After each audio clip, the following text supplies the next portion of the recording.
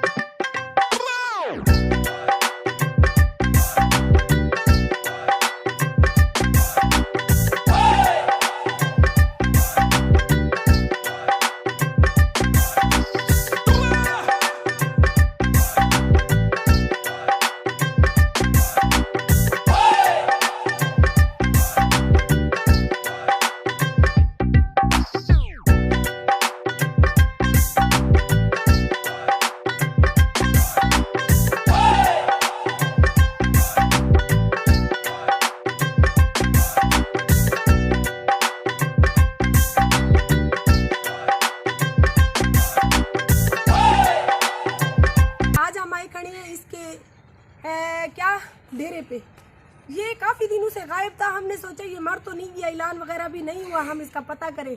आज आकर हमने इसको पकड़ा। इस टाइम हम इन्हीं के डेरे पे खड़े हैं। इसको आपने पहचान तो लिया होगा, ये किसी तारुफ का मोहताज तो नहीं है। आपको पता है मेरा कज़न है और काफ़ी दिनों से ये गायब था। इनके माशाल्लाह से बहुत खूबसूरत घर बन रहे हैं, अल्लाह पाक इनके नसीब करे। इंशाल्लाह मैं कोशिश करूंगी कि अगर इनके घर की तरफ मैं गई तो वो भी लाइव दिखाऊंगी कि इनके घर कैसे बने और कितनी उनके ऊपर पैसे लगे और किसने पैसे लगाए। ये तो लगाने वाला नहीं है, आपको पता है।